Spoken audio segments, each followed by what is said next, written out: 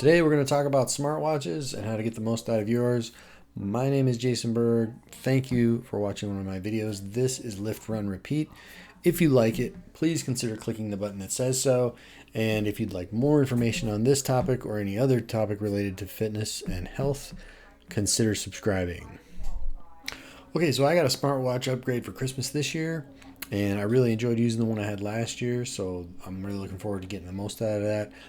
One of the main takeaways that I want you to kind of get in terms of by the end of this video is understanding that you really ought to be taking advantage of the companion app that goes on your smart device, like your phone or your tablet, or logging into directly onto the computer, which is what I'm going to show you here today. That's a really good way to take advantage of some of the things that we're going to talk about, is really kind of diving in deeper than just checking your heart rate on that smartphone app. What I'm going to show you here is how to level that up a little bit and take advantage of some added functionality that you may not be aware of or be that familiar with. So to do that, we're going to switch over view so you can see my watch on my computer's app.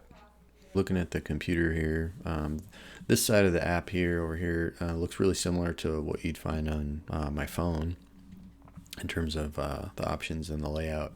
It's this kind of broader at a glance thing that's going to really be different, and sometimes that can be a little bit easier for a lot of people. Instead of thumbing through the app, maybe you still got a small old phone or something like that, and it's just not as easy to see.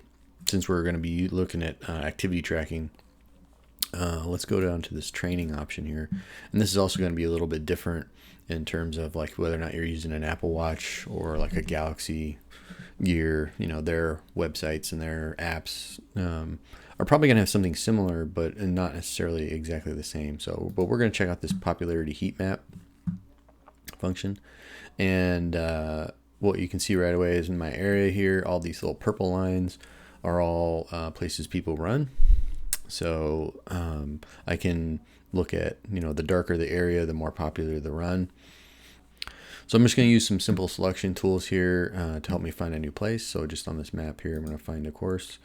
I've already kind of selected it for running. And then these are all the different logged runs that people have done.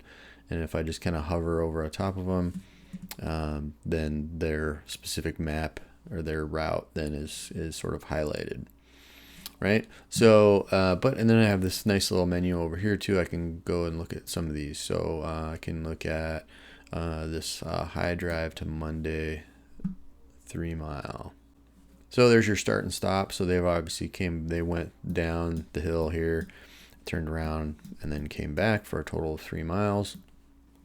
All right, so although that's useful for like right around your own neighborhood, it can also be used if you want to go to someplace new. Like I've selected this state park area here. I had to switch maps over because the satellite thing wasn't really loading right.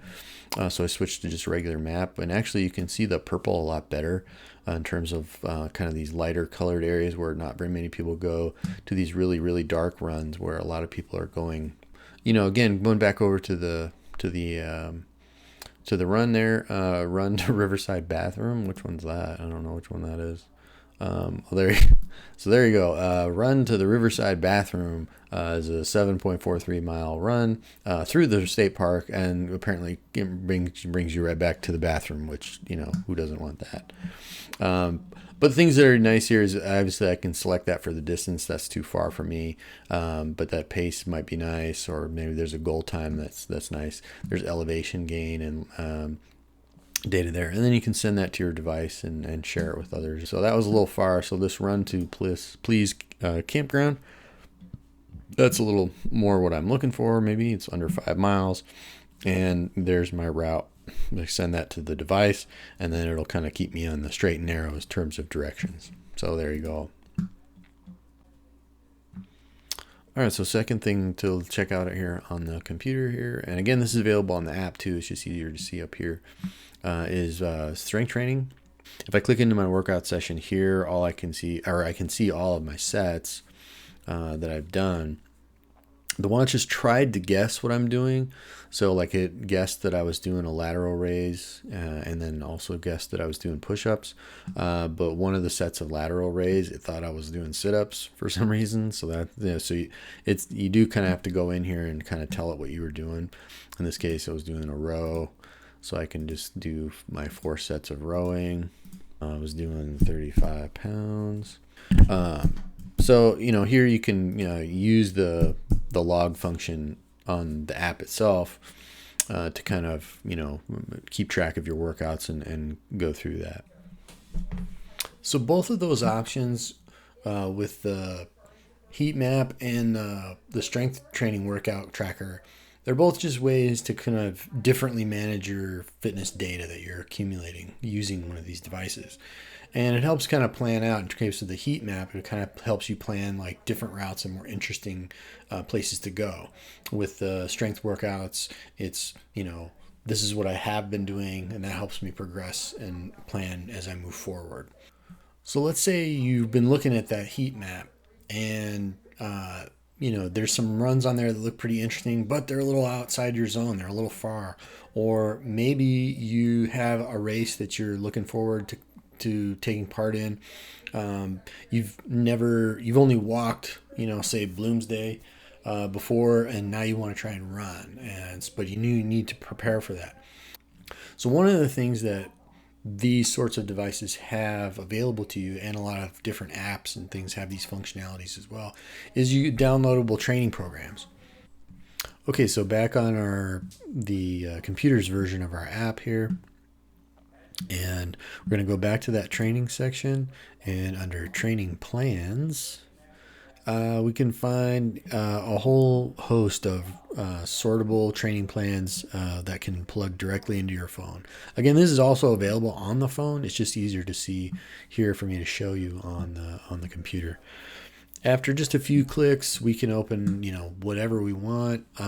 These are all different levels and distances, but of course that's sortable. So if we want to do running, cycling, or a triathlon, in our case, we're going to do a run. Our event is going to be a 10K, and I'm going to be a level 1 runner. And here's 2 different plans. If I was level 2, I'd have 2 different other plans. But let's just go back to the level 1 10K. And I don't know why there's a heart there. I didn't actually heart this, so I don't know what that's about. But as you can see, it's very specific. And then it goes by day across each week up to the 12 weeks, and for race day, excuse me. So that's very detailed. This is a nice plan because it even starts out day number 1 is a rest day. How nice is that? So the idea here is there's a lot of different things to look for. And so if you're a level 1 just starting out at a 5K, that's going to be different, and you can see that they're all very different looking. Up to a marathon, level 2 runner, level 3 marathon. Wow. So in order to help with performance here, I would suggest looking into your heart rate training. If I go back to that one that we looked at earlier, you can see here that they want you in zone 2 for 5 minutes, running easy. So in order to better understand what the zones are, I have a video on heart rate training and zone training, and you can check that out on my channel to better understand what that means. Bottom line with all of this is that while your smartwatch isn't really all that smart, you are, but it does collect a lot of information and compiles a lot of data, which if you kind of dive in and look at it a little bit can make you smarter. So if you've been given one or purchased one, I would really consider diving into that functionality that's available to you. Click on those tabs that you never clicked on. Tap on that screen that you never looked at before. See what's in there. Dive into the phone. See what it does, and really try to get the most out of it. So there's my 3 big tips on how to get the most out of your smartwatch. If you like this video, enjoyed it, and maybe even learn something, please consider liking and subscribing. My name is Jason Berg. This is Lift, Run, Repeat. Thank you very much for watching, and I will see you next time.